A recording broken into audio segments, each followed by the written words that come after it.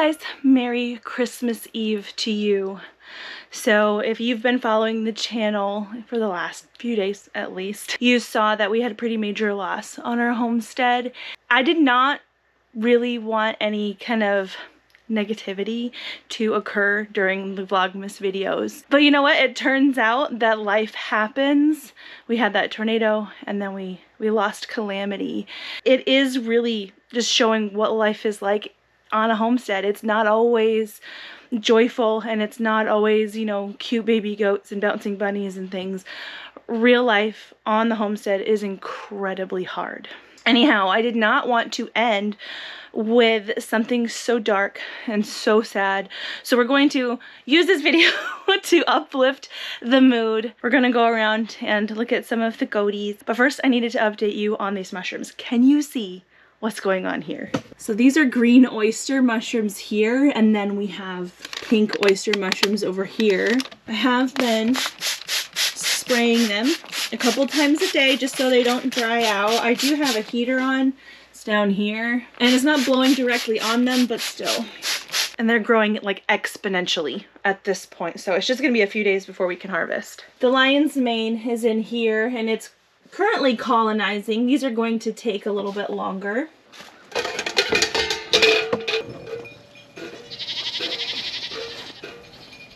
The heavily bred girls in the back. You can't run anymore, can you? Hi, sweet girls. All my La Manchas are due in February, and so their babies are starting to get heavy. They started to run, and then they're like, maybe I can't do that.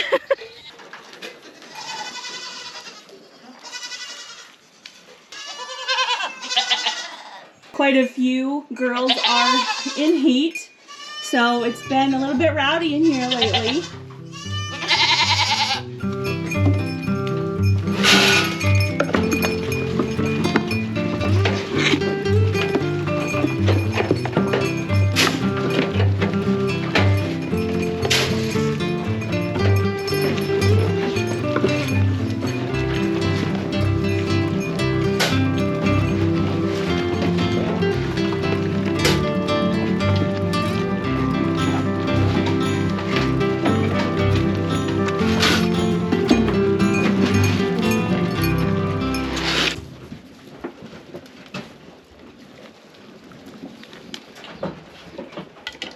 So in the last week, we are down 5 dairy goats in the barn.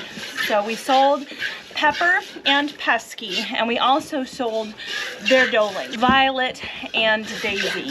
So it is a little bit strange. I see a lot fewer ears in the barn because 4 of those goats are Nigerians.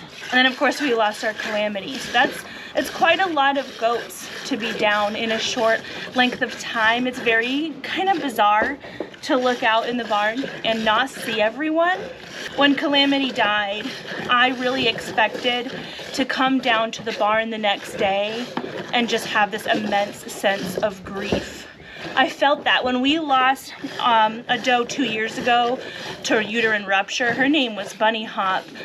That was super, super hard. I think because the speed or like the onset of the issue between knowing that there was a problem and having to put her down it might have been less than an hour. So that was super sudden and like unexpected, and Calamity's was too, but it was absolutely different. It did not happen that quickly. I saw that Calamity was sick 2 days before she actually passed away, and it was really that whole day before she passed away, I could see her suffering, and it definitely got to a point where I knew she wasn't going to get better, and I was thinking about asking Levi to come put her down, and within 10 minutes of that thought, she had passed away on her own.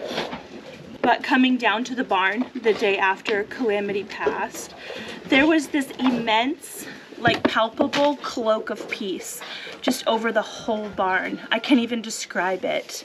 Of course I'm sad, I'm heartbroken, but more than anything, I'm just really glad that her suffering ended. If you missed those videos, our goat Calamity died of a twisted gut. I had taken her to the vet because I thought that she was bloated.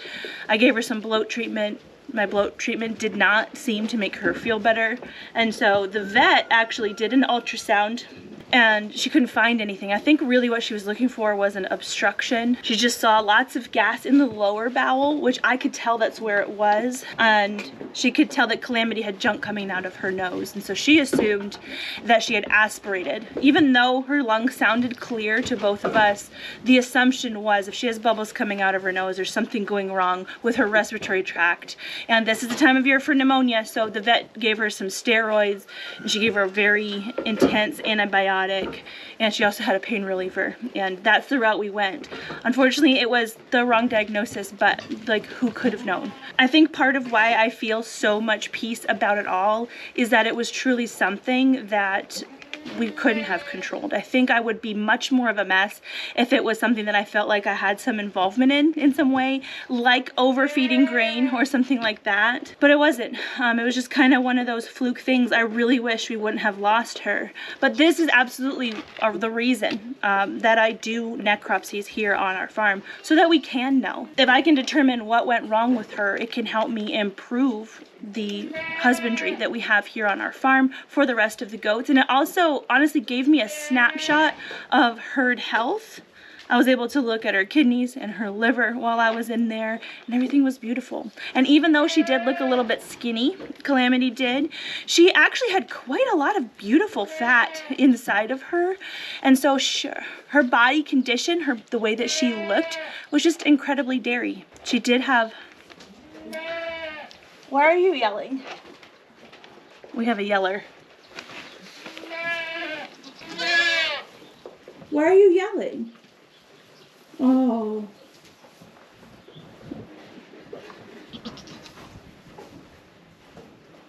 Sometimes they will stand and yell when they're in heat. Both of these girls are bred.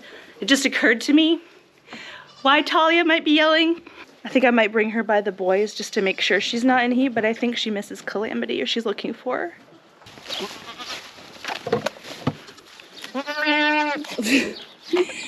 Here, let's see. Talia, I'm right here, honey.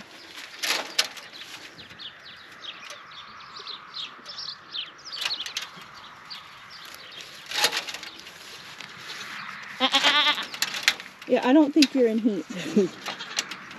She's like, get me away from these boys. It probably seems strange to talk like about grief and the sense of peace that I feel over this barn, but then to also cry. I know how that, I mean, that must look weird, but if you've been through the grief process before, you understand that grief, it's sad. It's like grief hurts, but you can feel an immense amount of peace in the midst of that. Talia and Calamity came from the same farm. They grew up together. They were bottle babies together. So I don't think Talia is in heat. I think she's just looking for her best friend. She's actually at the point in her pregnancy where we could probably start to feel the babies. Don't you dare drink my milk, ma'am. See, this is the baby side. She's sticking out pretty good.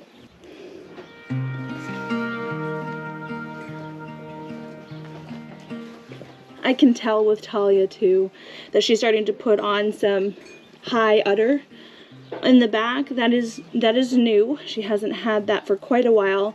She kidded, I think it was in May. I might have just felt something.